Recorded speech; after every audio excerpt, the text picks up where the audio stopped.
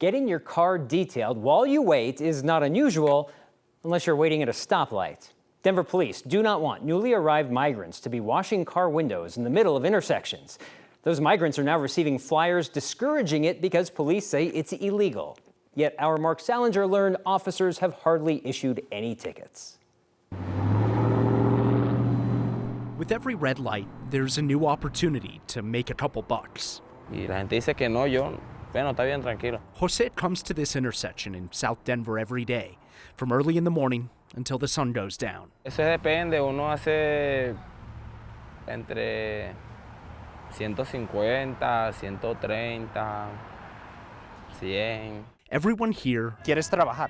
wants to work. Todos, ¿no? This is the best way these men have found to make money in a country they can't legally work in since they arrived from Venezuela. Yet police don't want them here. DPD began handing out these flyers a couple months ago. They warned that wandering through intersections in the middle of traffic and asking for money on street corners is illegal. Police say people could be fined and face charges. ¿Te han dado esto o no? Jose and his friends say they've been warned by officers. A nosotros nos dicen que nosotros no podemos obstruir el tráfico. While the threat of charges is real, we've learned very few citations have actually been issued. The Denver City Attorney's Office says they're only aware of 30 cases involving solicitation on or near a street or highway since the beginning of the year.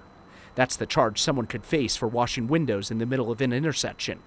We don't know how many of those cases involve migrants. Si pueden ayudar a uno con lo que puedan, agradecido de verdad. No todos somos malos, los buenos somos más. These men want to work. They're willing to risk a ticket to do it. The number of migrants arriving in Denver right now is pretty much at an all-time low. Today, only 2 people arrived, down from hundreds that we saw arriving every day earlier this year. Denver just closed its last hotel shelter and is currently sheltering only about 14 people right now at its congregate shelters.